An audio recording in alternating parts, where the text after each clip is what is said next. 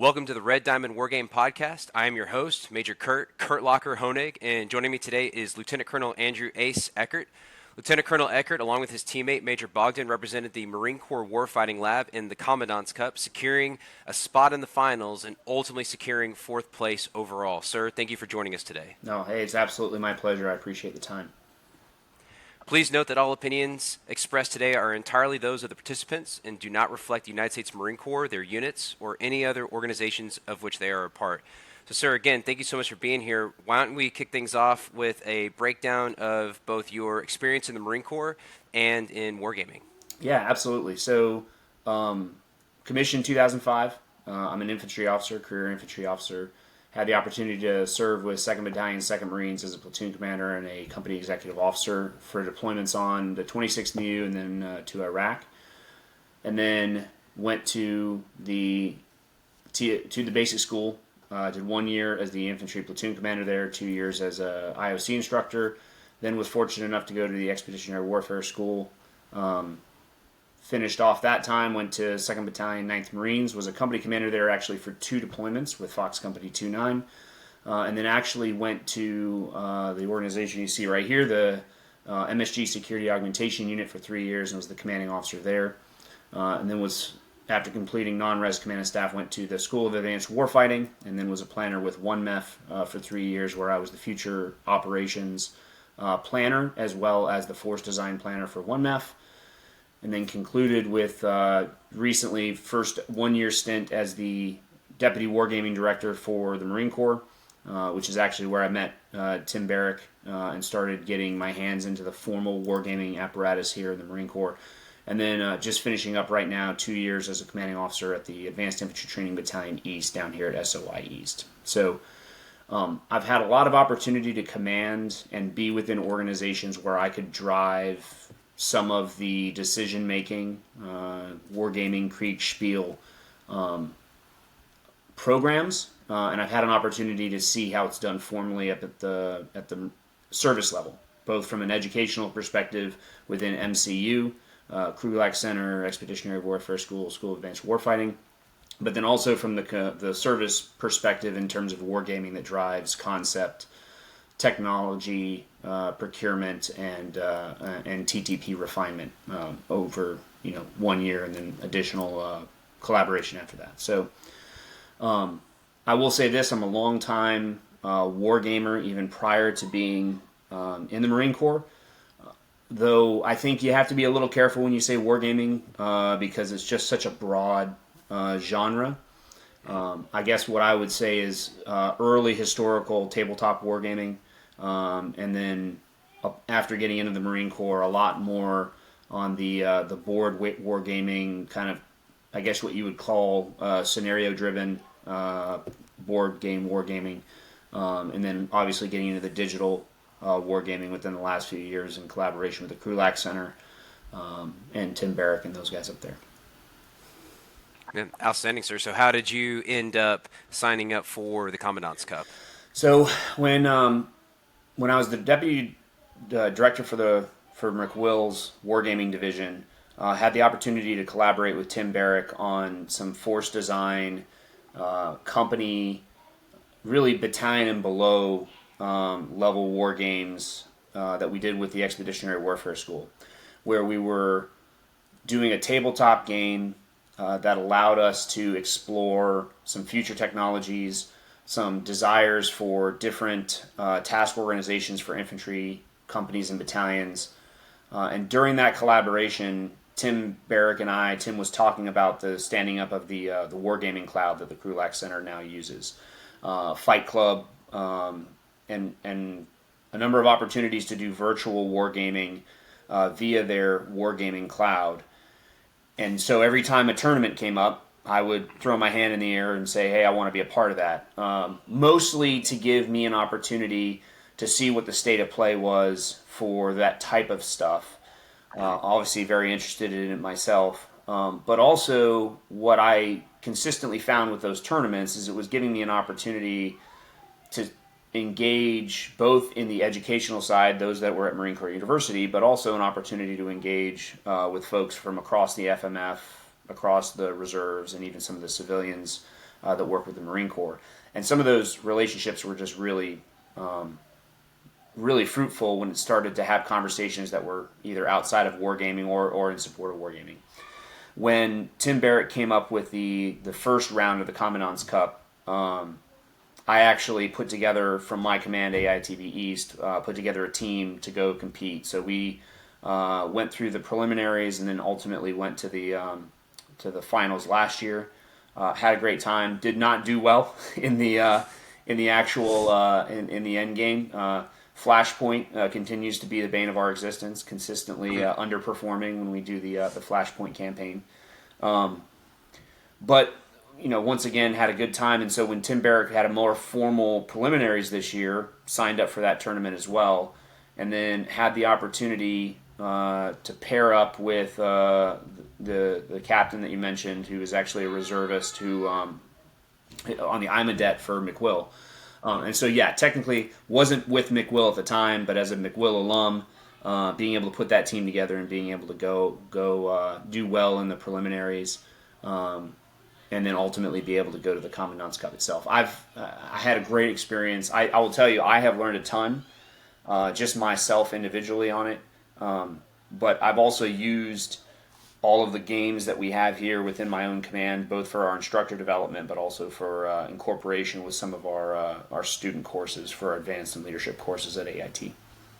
That's outstanding to hear, sir, and I'd love to learn a little bit more about that. But before we do, let me pick your brain on each of the games that we played a little bit, some of your overall impressions, some things that you'd like to see different, something that you thought was uniquely valuable in the way that you approached it. You want to start with, we'll start small and work our way big. So we'll start with Company Commander Modern, the Force Builder version. What do you think about that game, sir? Yeah, so I'm a huge fan of it for a couple of reasons. I think the exposure to the types of task organizations for American, Chinese, Russian units is really, really helpful and really, I think, provides an opportunity for a little bit of PME in addition to the wargaming aspect.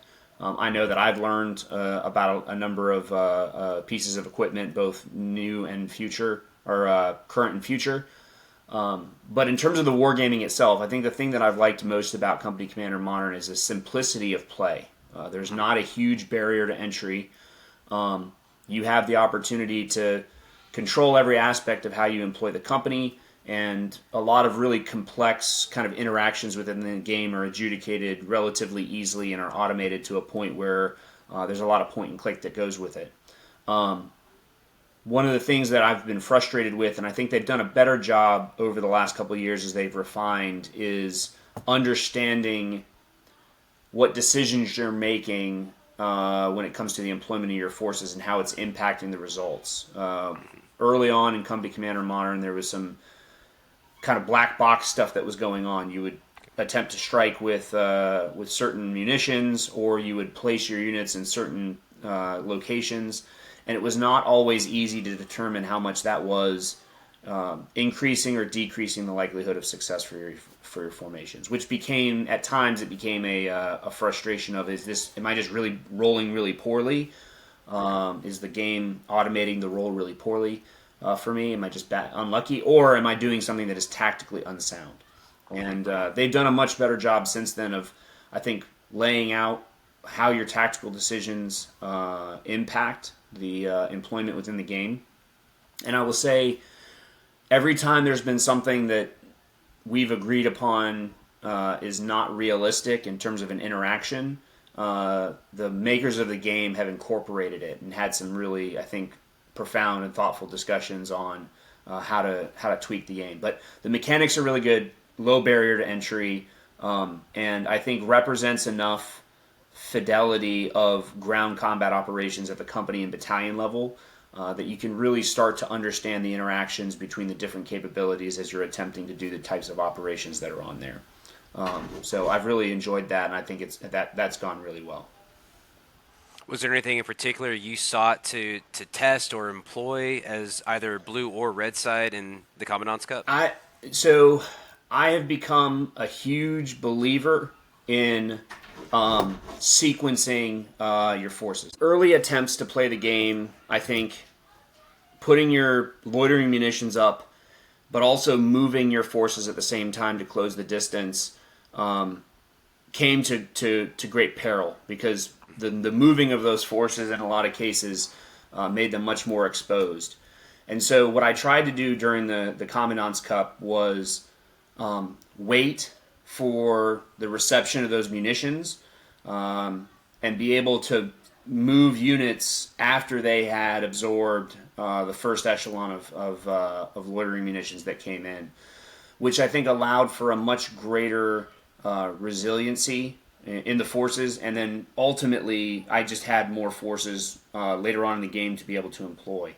I think the other thing is, because the game typically rewards attrition of enemy forces in terms of the way in which it gives you your point scores, I looked for identification of where the enemy had their most vulnerable units, and then attempted to make sure that I always had an overmatch in that part of the map.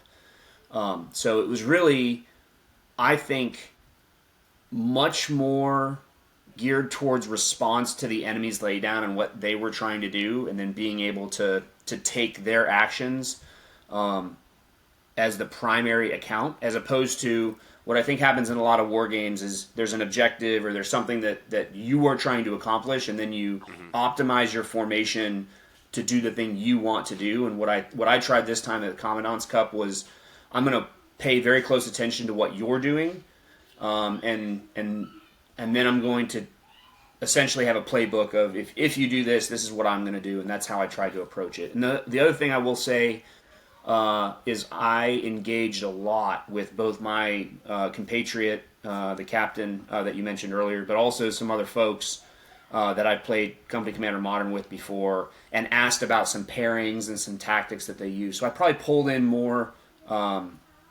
external lessons learned than I have in previous ones. I think to great effect. It's the value of the cloud really highlights this, because in the prelims I was matched up with Iron Marshal, so Major Meyer, and that was a lot of fun. Mm-hmm. In the prelims, I was a little disappointed that I had to play him in both of the company commander rounds. I would have enjoyed getting to play another person just to make sure that, someone who isn't paired up with a novice wipes the floor with the novice. They get ranked really high. They're guaranteed a spot. Yeah. You have two experts slugging it out. You're going to cost an expert a spot into the finals. I don't know if that really shook out that way, but after the preliminaries, he set up several more matches. Yep. Just through the cloud, and in so doing, we got to test a couple of different strategies. Mm-hmm. For example, he learned that you could do a tank company, nothing but tanks on red. Mm-hmm. It didn't work very well. That was a force completely depleted within 4 rounds type situation. Yep. But the ability to try some of those new things, and then amongst the competitors, compare and contrast some of the things that worked well and ones that didn't. Yeah, no, I think so, and I think the other thing is, a lot of the competitors would have said that, being able to identify what is a gameism, like what is something that the game is, the way that the game is adjudicated is overemphasizing, versus what are like actual tactical lessons learned. The reason I think that's important is because I don't think that there's a problem with something being a gameism. That's life, right? The way in which you're going to go into a fight, into a real combat scenario, there is a likelihood that something unique about the context that you're doing it is going to have an ability to be exploited. And so it does kind of teach folks to start to iterate and do more sets and reps to be able to identify those ways in which you can get an advantage. And I think, more than anything else, Company Commander Modern affords you an opportunity to iterate because of the simplicity, because of the low barrier to entry. And I think that's one of the things I really like about that game system. Yeah, I thought it was a fascinating system. It was the only challenge that I had is understanding their scoring system. Yeah. It just turned into, even if you achieved all the way to round 20, you still had a balance of number of blue assets versus number of red assets, and it still had a 96 points versus 4 points, or some kind of very dramatic shift there. I'm curious to see how they actually do that scoring system. I think one of the things that has been really interesting as we've iterated with the wizards, code wizards, and the folks from Hex War, is being able to get a good balance between, because I think we all agree that the game does a good job of saying who won and who lost. That's easy. The external scoring that then gets calculated into the rankings that we're using currently, I would concur with you right now. It feels a little wonky, and it's hard to determine how those scores are ultimately adjudicated. Talking with Tim Barrick, I think they've got some good ideas for potentially next year. And going back to one of the things you had said, what happens when you have two experts that go against each other versus an expert and a novice? I do think that there's probably a world in which there's going to be rankings that can be factored into the point values that come out of a match. Right, me beating a guy who has only played one or two games should not be worth as much as beating a guy who's played through 100+ matches. How we get there, I'm not sure. I will say, it's always a good sign when you start to get into that level of fidelity. It means that you've got a lot of folks that are really invested. Yes, sir. I absolutely agree. So the next game that we played was the Flashpoint Campaigns Professional Edition. Mm-hmm. The cool component is, and I've learned more about this talking with some of the other competitors, that this was a version that was specifically created for Expeditionary Warfare School. Yep. And now we expanded it into this competition mindset. You had red and blue, but blue is conducting an amphibious assault. They're coming from a MEU breakdown. Both forces have the same objective. It's an airstrip. And so now you have your victory points are associated with whomever owns the airstrip and the outlying key strategic crossroads. Mm-hmm. What was your impression playing that particular scenario? I liked the scenario. I thought it was really interesting, having to put together units that we had not had in previous flashpoints to try to achieve between your SUAS, your long-range fires, and then from a blue perspective, understanding how to time and sequence your stuff getting ashore. I thought was really great, insofar as an experience and having to go through that planning and things like that.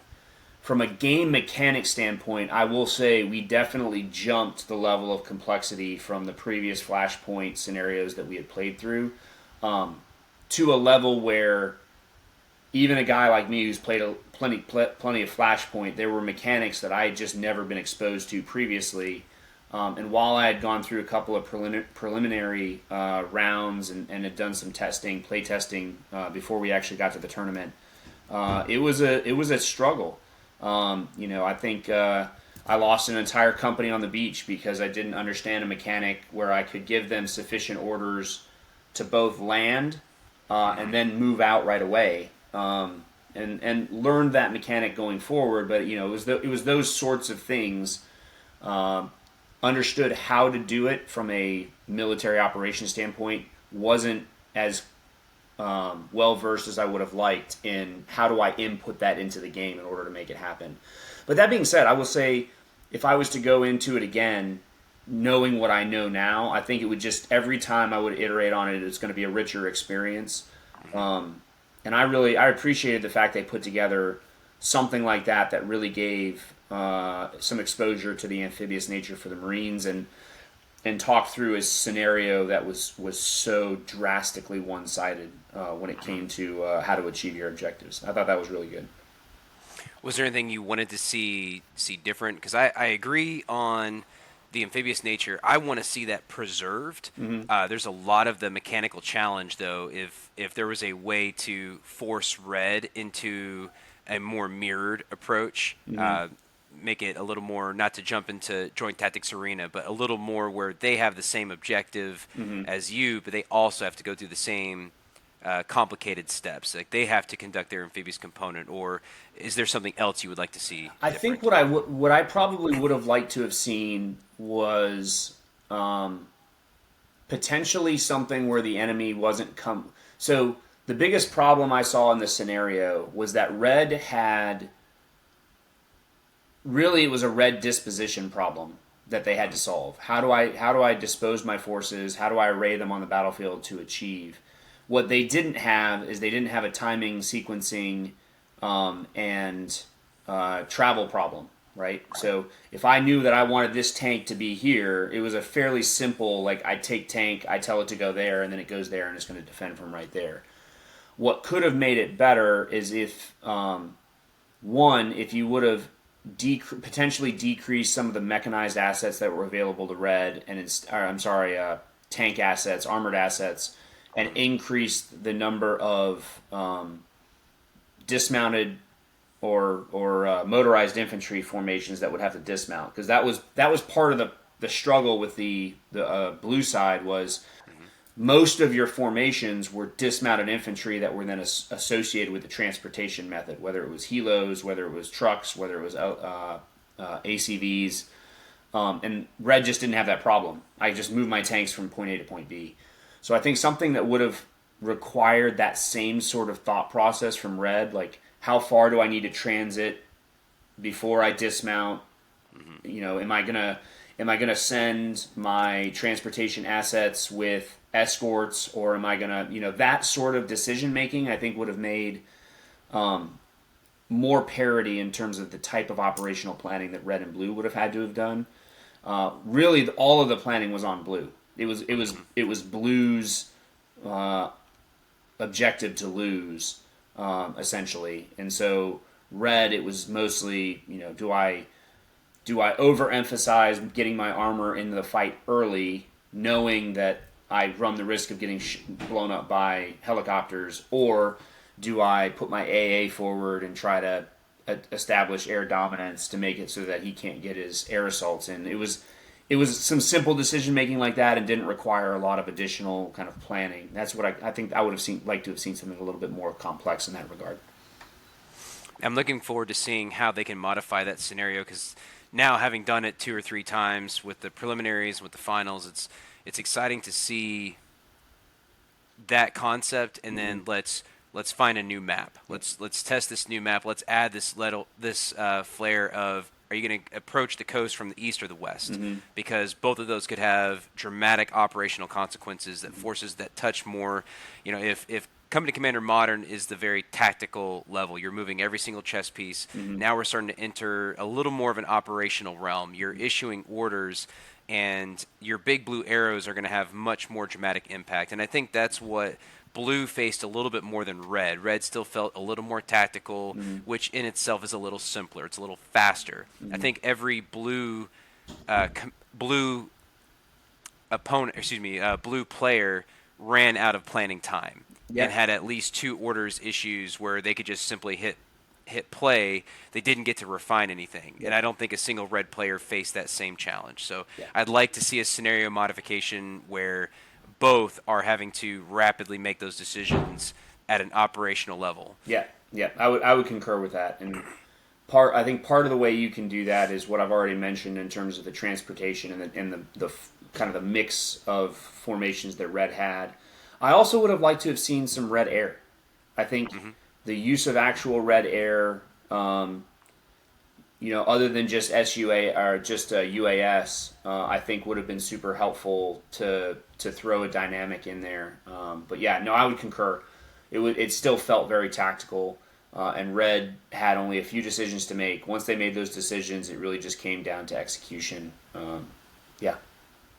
I'm glad you brought up the air component, sir, because that was something else that we wanted to bring up in Company Commander Modern, where at the moment there doesn't exist a Red component. And I think that's a missed opportunity to really highlight a growing recognition in the Marine Corps, like how we actually are planning a peer or near peer fight where we do have to account for some form of Red air.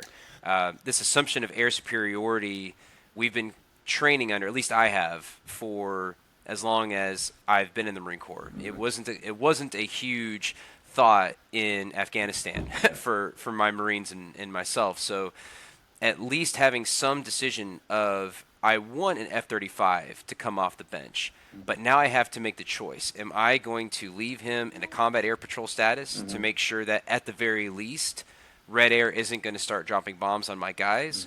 Or am I going to assume some form of risk, trust my air defense system on the ground, and now use my F-35s in more of a close air support capacity? Yeah, no. So it's interesting you bring this up. So, and this is something that I've always tried to emphasize when people have been doing war game builds is you got to be careful how you represent capabilities on the battlefield relative to the level of decision making that you're trying to represent for the player. So the red and blue, I think it is reasonable, and we have seen it with blue, to have helicopters in support, and to even have aviation in support in some capacity, at fixed wing and so on and so forth. Probably not as an individual movement, but like as an on-call mission. I would be interested to see, so for red, the question of, is CAS something that they train to, and do they train to it at that echelon? Are we talking about close air support that is being controlled at the company and battalion level in a manner similar to what we would classify, a FIST or an FSCC, or is that really a regimental or higher level coordination? And so you can get the effects of that level of capability without actually making it a decision or a piece that the commander has to make. And that, I think Company Commander Monitor has done that reasonably well for blue. I think you can probably get somewhere close to that with red in a capacity to say, okay, close air support is one of them. Maybe combat air patrols is like a setting.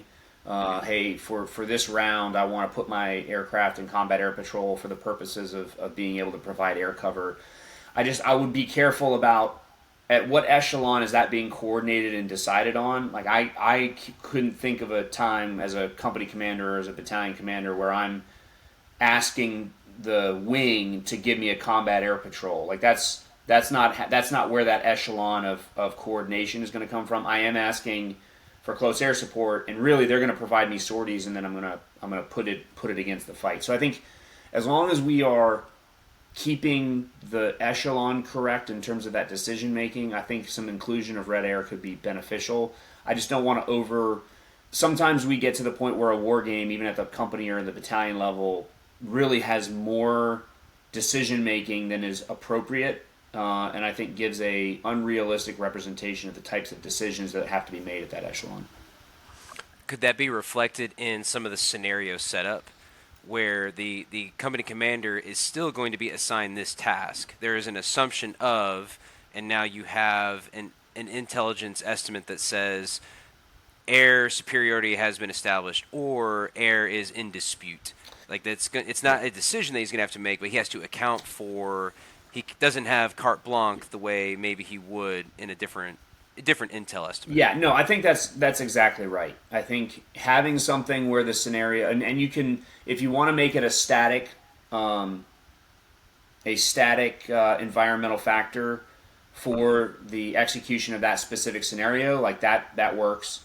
If you have something where you believe it's maybe more variable, right? Like, hey, there's a 30% chance that the combat air patrols or air superiority is in effect, which now means that this... And I think this goes back to what Company Commander Modern hasn't always done really well, is being able to lay out like the adjudication. Like, why is it not working? Sometimes you're just like, hey, why is my F-35 not available?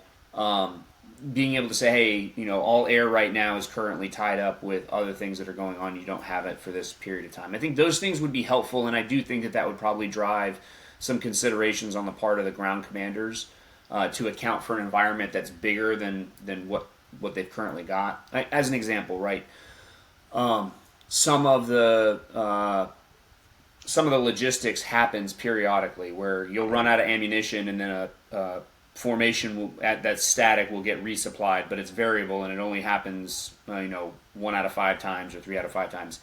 That isn't really projected, and so you're not really captured. Yeah, it doesn't capture the fact that, hey, three rounds now you have not been resupplied because reasons off the battlefield, right?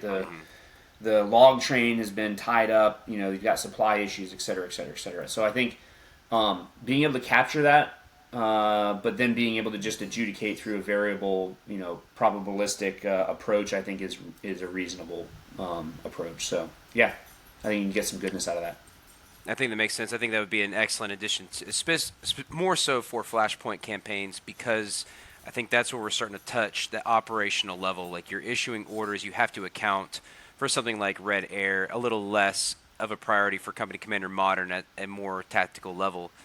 But that transitions neatly into a higher operational type platform, which was the tabletop game Joint Tactics Arena, which is the tournament version of the operational war game system. Yep. So now we're not just talking about blue versus red. Blue is red. You're a completely mirrored force. If you want to use your air to establish superiority, that's absolutely a decision you can make. However, your opponent has the ability to now mirror that with a combat air patrol and limit your ability to simply establish air dominance. Yep. What were your impressions of Joint Tactics Arena? I mean, I'm a huge fan. So Tim Barrick gave me a copy of it after last year's Commandant's Cup, and I took it back to my command, and I've gone through a few iterations with some of my team here. And if nothing else, it is a great game to capture the types of decisions that are being made at high echelons that we probably don't see as tactical level guys. Whether it's the dynamic with how you use your naval forces. Am I using them to protect? Am I using them to seek out and destroy? Same thing with aviation. Same thing with your missiles. It really provides an opportunity to expose at least the surface level decisions that have to be made by a joint task force commander. I'm a huge fan of the fact that it's mirrored. So you don't go into a game with one side having an advantage other than the decisions that are made on the actual battlefield. So you know what he has, he knows what you have, and it becomes a little bit more like a game of chess, but more like a game of chess where at first you don't see your opponent's side and he can move his back row around however he wants, and then suddenly it's revealed what's going on, and you're playing a game where you know all the rules, you know all the pieces, but there's a lot of dynamic aspect of his decision, my decision, are going to have huge impacts on how we execute. And I would say, of all the war games that we played there, that is the one that is the greatest, kind of OODA loop representer. So not this year, last year I had an opportunity to play. I was playing against an EWS student, or maybe it might have been a FAC-AD. But I will tell you, the board was revealed, and I was screwed. The guy had put his forces in a position that he was going to dominate the battle space. I had misrepresented, or I had misinterpreted where he was going to put stuff, so I had some giant gaping holes that if he just walked through it, he was going to be able to exploit. And so I did what any good Marine would do when you find yourself in a bad situation, is I immediately punched him in the face. I ran my armored brigade, hey diddle diddle, right up the middle, right into the gut, and he spent the rest of the game having to respond to that.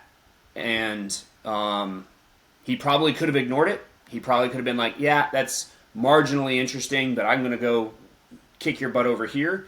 But it was that simple, aggressive act. I could see it in his face, and through the rest of the gameplay, I could see that he was like, how do I deal with this armored brigade that just essentially took the center position? More than any other games we've played, and it was true this year too. You know, I had an opportunity to play against a pro in the JTA matchup, and both of us having a lot of experience playing it meant that there was a lot of tension back and forth, and there was a lot of, okay, I know you can do this, and you know that I know you can do this, so can I make that? And I don't know. It was a very, very satisfying game to play. I'm a huge fan of it. I actually wish we had more of the tabletop games at the Commandant's Cup itself. I love the Wargaming Cloud and the digital stuff, but there's just something satisfying about seeing the guy pick up the formation and put it, right in the teeth of your defense, and the tension that comes with that. So it was great. I'm a huge fan. Yeah, I am as well, sir. I was lamenting to Colonel Barrick that I was very disappointed in my performance in the first round. It's like I don't even care about placing well. I want to get into the finals, so I have another opportunity. Yeah. Like I want to redeem myself, and I didn't get that opportunity, and that's fine. Watching you guys play was fantastic, and just the discussions that it generates. My favorite component to this is that there's not a suitcased way to win. I Yep. think after enough iterations, you start to get a feel in Company Commander Modern. This is your key to success. Yep. The best thing you can do to red is drag it out. Yep.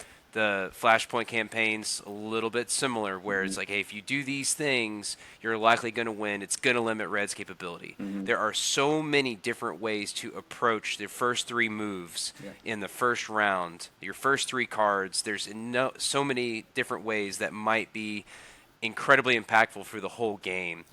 Were there any of those that you particularly are beginning to lean towards, or do you still see it as a very open slate of opportunity? Both me and my compatriot believe very strongly in the opening move that requires your adversary to have to respond. I learned a lot in the first play of JTA because this time around, again, I was playing with a guy who was very, very experienced with it.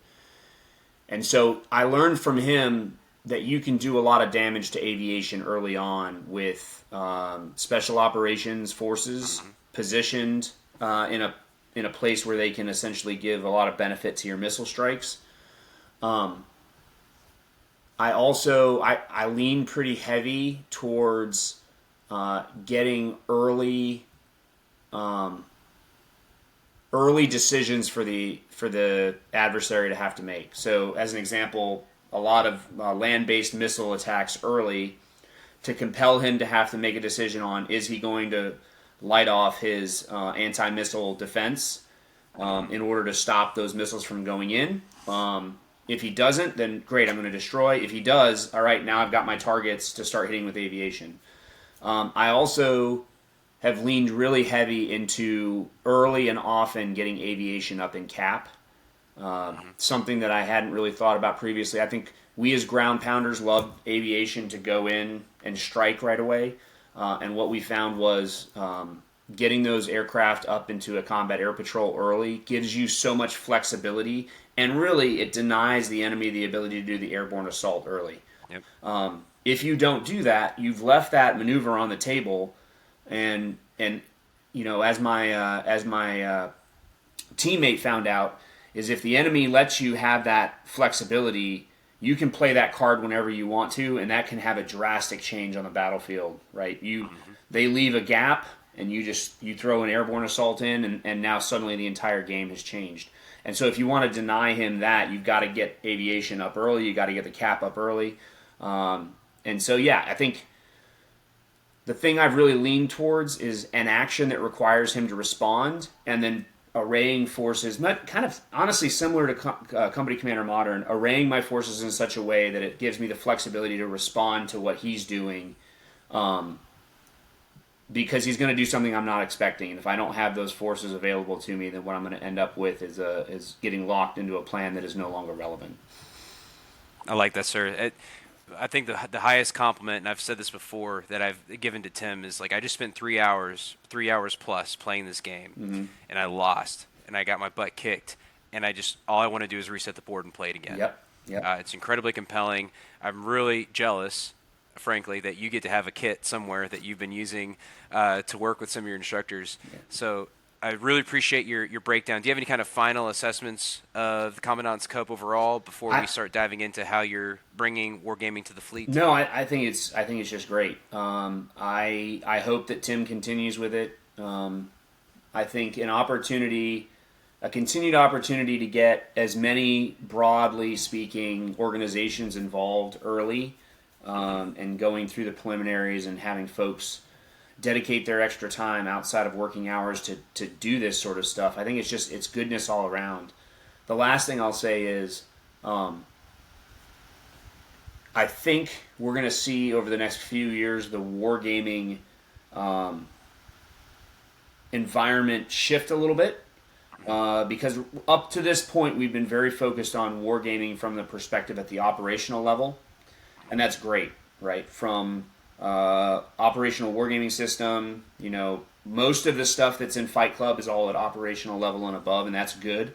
But I think Company Commander Modern has really demonstrated that there is a world in which the tactical wargaming has value, and not just value for decision making, but value in terms of the PME. And so I think the Commandant's Cup continuing to be a venue where the Marine Corps can showcase and pull in some industry to say we are really interested in both digital and hard game and analog games that are at the tactical level and below, low barrier to entry, easy to learn how to do, and are going through both learning some tactical and operational decision making, but also just like you said, that competitive nature. 3 hours, get your butt kicked, and all you want to do is go back into the fight. So I think any opportunity to let Marines be competitive is always going to be a win. I like it, sir. And that's really the reason why my partner and I wanted to start getting this podcast put together and get it out there. In that we're looking around and we're seeing participation in the cloud, and it's a good start. We're also seeing guys fall out of participation. That happened to me in the preliminaries, where I didn't get to see Flashpoint campaigns all the way through to learn some of the different buttonology that I think would have made a difference in the actual Commandant's Cup, because guys get busy, they get distracted. It's not that focal point yet. So we wanted to bring it more and more awareness, bring more people into participation. You already mentioned bringing JTA to some of your instructors at SOI East. What was that experience like? How useful was that? That one was useful. That was mostly with some of my company grade officers, and those mostly because it was it's just a larger game, and really you can only do kind of one-on-one. I think what I've actually had more success with is a number of my combat instructors getting access to the cloud, and in some cases, like with our Infantry Small Unit Leaders course, actually they incorporate it into the course itself. So they use Company Commander Modern and use the hot seat ability in the cloud for them to do some student-on-student fights that have gone really well. So wargaming within our stuff is most prevalent within ISOLC, although it does exist in the other courses. And it really, from hard pencil, paper, kind of more traditional Kriegspiels, through the digital stuff, through board games, we've really, I think, incorporated and hit some sweet spots with what the students are exposed to. And again, I think that the most important thing to always remember when it comes to wargaming, as you're looking at it from a commander's perspective, or you're looking at it from a training perspective, is identifying exactly what it is you're trying to expose the student to, or the participants, the training audience. And I think too often we try to capture all of it, right? Or we make it too broad and we say, oh, it's just decision making. Well, okay, but there's different types of decision making, and there's different things that it's related to. And there's also value when it's not as much about decision making as much as it is about planning, or maybe it's about exposure to aspects of combat that they wouldn't just normally see. Capabilities, how do those capabilities interact with each other? And then the last one I'll say that I think wargaming really affords you an opportunity for is replication of communication and command interactions. One of the things that some of our courses have done a really good job of, and to be honest with you, is the thing I was most impressed with when we were at EWS, is we did a war game where we refought the Battle of Chancellorsville. And each one of us was someone within the formation, and all orders, like we had our initial planning, we did our initial operational approach, and then we executed the war game, but all orders were only given via written pieces of paper and were handed back and forth. And it was huge in terms of understanding how to communicate as the commander who was communicating to his subordinates, but also how to interpret the things that were coming from higher, how to do that rapidly. Doing that at the company battalion level has huge benefit. And as a company commander, I did a few games like that with my platoon commanders. And what I found was an opportunity for you to practice, okay, this is what you know, or this is what you think when I say these things. How do I communicate to you most effectively? How do you communicate back to me most effectively? And that's a thing that you can get out of a war game. And so having the audience in mind and what you're trying to achieve when you're putting a war game into your program somewhere, whether it's the program you're doing for PME, or it's your actual training program, or in our case within a formal course, being very clear cut about what it is you're trying to achieve, I think will help optimize what games you use and in what manner you actually execute them. So you had mentioned Company Commander Modern, Yep. and JTA. Did you say any other games in particular that you were having ISOL play, So or they some do of the combat instructors play? the traditional the 1839 or 1840 Kriegspiel kind of methodology. They'll also do some of the older ones like that. They've done Memoir 44. My SUAS guys have actually done Stratego and Risk, more simplistic, but Stratego is actually, it's funny, Strategos are really good because it's kind of a hider-finder game, and so for our SUAS guys, they're trying to start thinking about this idea of how to apply risk to drones and ISR against an enemy that's trying to hide from them. Like that sort of stuff has been super useful. Yeah, those are the ones that have typically been used. Honestly, the game itself is not always as relevant as how the instructor decides to take the game and then use it. Like Memoir 44 can be done the way that the game is played, but you can also do it in a manner where you have one guy who's in charge, but he doesn't actually make any moves. He just gives orders to the other three, and the other three are the ones that fight it through, and you can get an entirely different dynamic in the way that the war game plays out. Yeah, absolutely take your point that it's less about the game.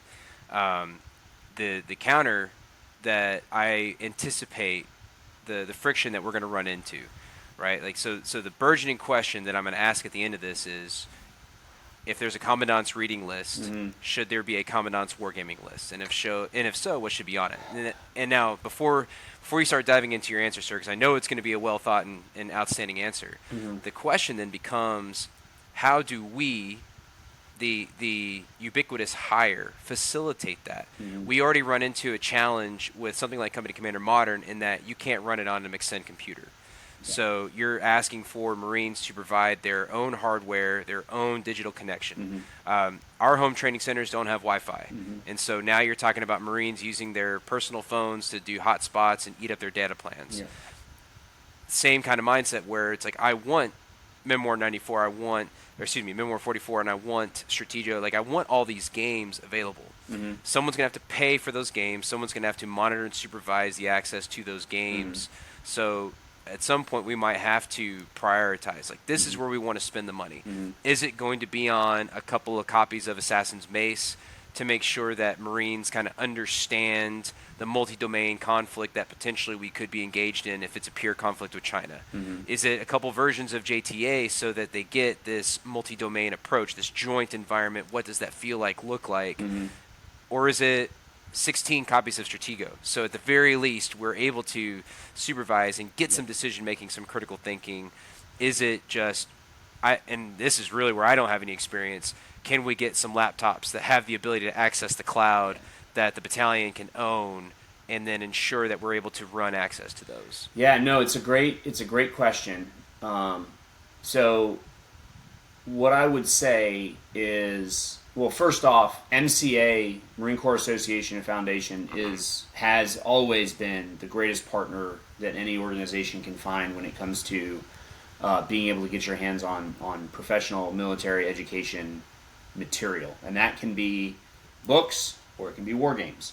And it's just a conversation with them early and often. If you're trying to procure the materials, at least for the hard board games, like that's usually a venue, and that's someone I would have a conversation with early and often. Then I was already on the phone with MCAF within the first 60 days of taking command here, and they have been a huge partner in being able to bring some of those materials to bear. Yeah, so to your first question, should there be a Commandant's wargaming list? And I think the answer is yes, with a caveat. I think that wargaming list probably needs to be owned by probably Marine Corps University, right? But I think it also probably needs to be maybe less of a list of, hey, these are the top games that you should be playing, and probably more so, here's an example of a game that meets these types of educational or training objectives. And I think that could be super useful. I think it would be relatively easy to put together. Very similar to the way in which the Commandant's reading list can be super simple to put together. In terms of how do you actually make it happen, well, let me back up. So what should be included on that? I know you're saying I have a well thought out answer, but to be honest with you, it's a tough one because the wargaming space, specifically in the commercial sector, is just so vast right now that I could come up with 2 or 3 or 4 dozen that I've played that I think are great games, and there's still 100 more that I haven't even experienced yet and haven't gotten a chance to get into. And I think the other problem, the other challenge that I have seen is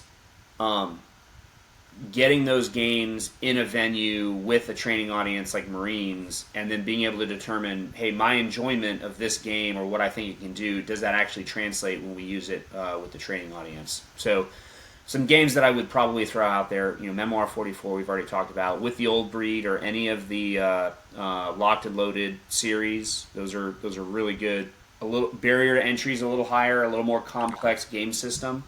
But yeah, With the Old Breed is one that I like to go to. Its suppression system is really good, and how it uses suppression as a specific mechanic.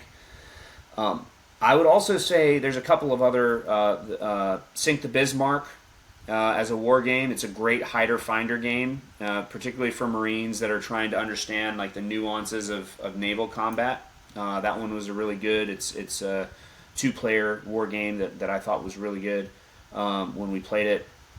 You mentioned Stratego. I think that's always a good one. Chess is obviously a good one, but chess and its permutations that swap pieces to be able to, again, get a competitive streak with a little bit of uncertainty that comes with it.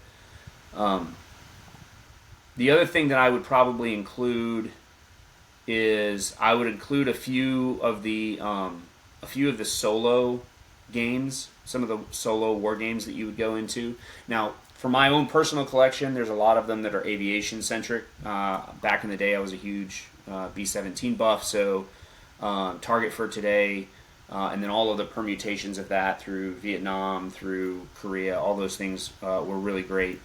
But yeah, I think, and then there's a couple of war games, and I cannot think of the names of them, that I played when I was adjacent to EWS that were Napoleonic war games that I thought were really good as well.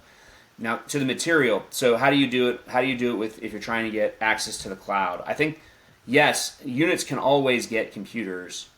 I would say because the cloud can be gone from a web-based, it doesn't have to be app-based. What I would offer is there are libraries everywhere, and libraries have computers that you can use and access.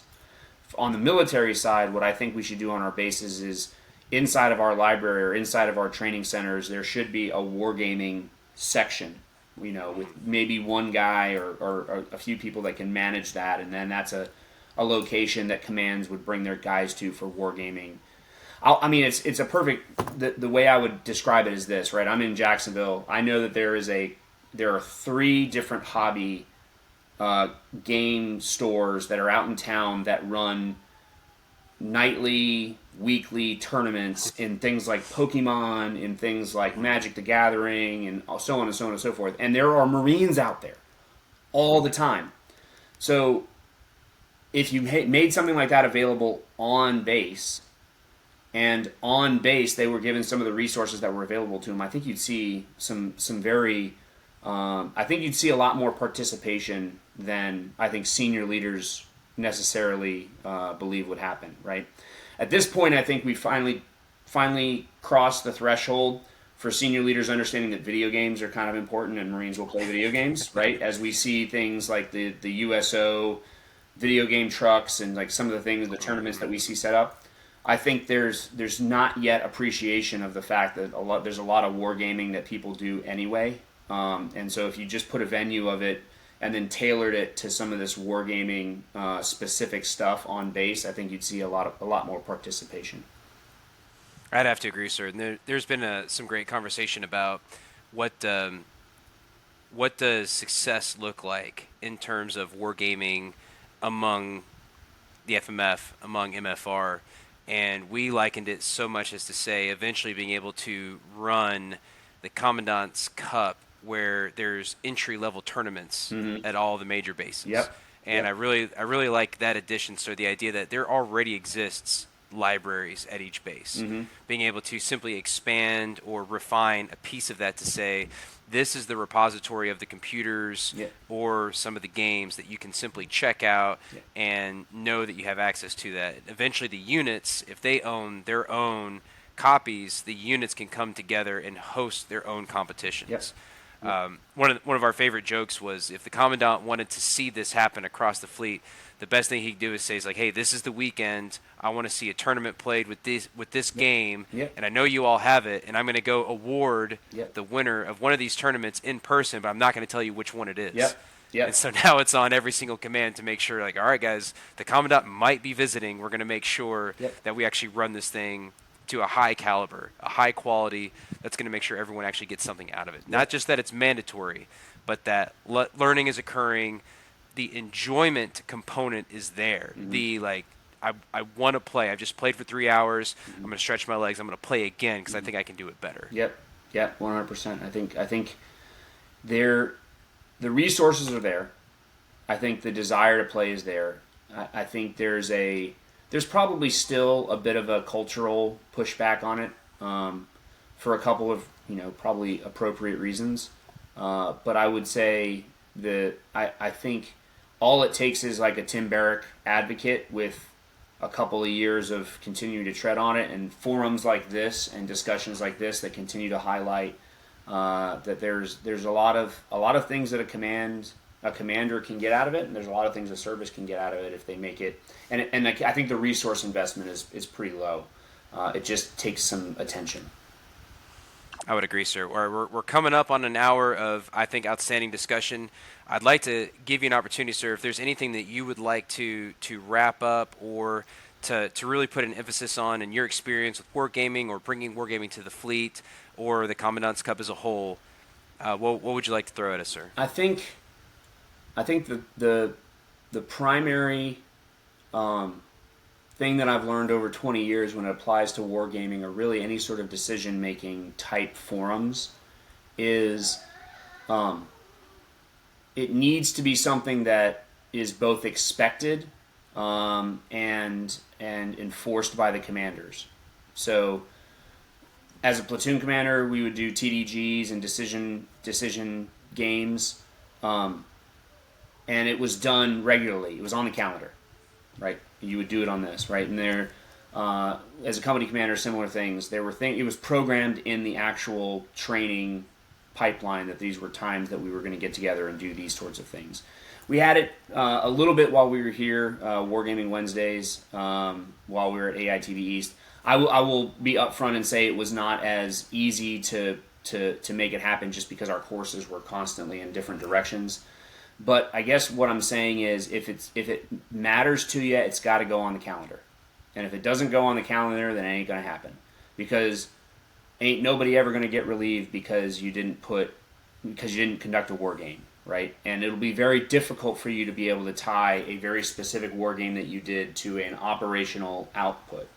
But Admiral Nimitz said it, and I happen to believe him. And if you look at the history books, they talk a lot about it in not just the Navy, but across all of the services, that they didn't come across a situation that they hadn't wargamed 100 times before the war started. Now that's at the operational level. That's the stuff that's way up here. But I think we sometimes undersell exactly how much Marines are getting out of having to experience decision making, and more importantly, the competitive nature and chaotic nature of combat. Wargaming feels like it's really far removed from that, but I think what we've seen, what I've seen repeatedly, is that you can get a lot of benefit out of it. And Marines just want to compete, and if you give them an opportunity to compete, they're gonna enjoy it. And it's really just to get it on the calendar get some resources put together, and I think you'll consistently be surprised by how much Marines will ultimately invest into it. So, Outstanding, sir. I agree. Thank you again for all this time. Are we going to look forward to seeing your name on the rolls for next year's Commandant's Cup? I'm hoping so. I'm PCSing up to the Joint Advanced Warfighting School in Norfolk, but I constantly keep my ear to the ground for any more tournaments coming up, and hopefully I'll finally master Flashpoint and maybe start putting out a better showing before we go into next year's tournament season. I like it, sir. I look forward to seeing you out there on the battlefield. All right, thanks, appreciate it.